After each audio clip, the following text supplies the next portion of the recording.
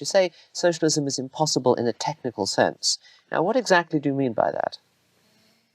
It proposes a solution which is not a solution. You cannot, well, it takes a long time, but it's my central problem. Socialism assumes that all the available knowledge can be used by a single central authority. It overlooks that the modern society, which I now prefer to call the extended order, which exceeds the perception of any individual mind, is based on the utilization of widely dispersed knowledge.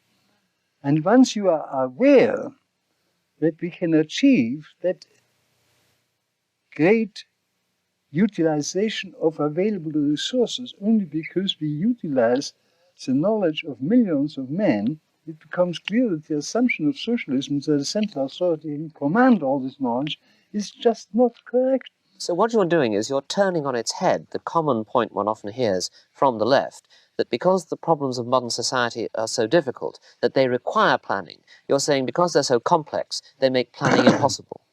Well, I think the nicest form to put it is to say that socialism protesting against the production for profit and not for use objects to what makes the extended society possible.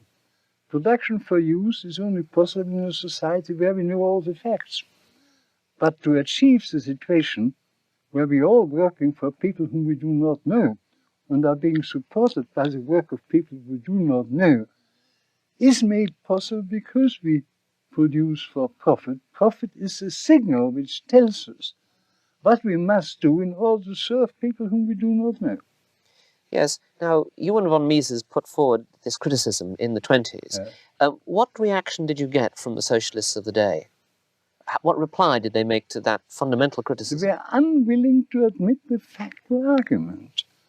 They preferred to withdraw on the fact. This is a difference of values on which science cannot decide. Once you accept the socialist values that we must be guided by a conception of just distribution, all the factual arguments are irrelevant. Well, of course, the factual arguments prove that the just distribution is impossible unless the distributor knows all the facts. So my answer is, if the factual assumptions of socialism were correct, it would be a moral duty to aim at the just distribution. But you have to recognize you cannot do it.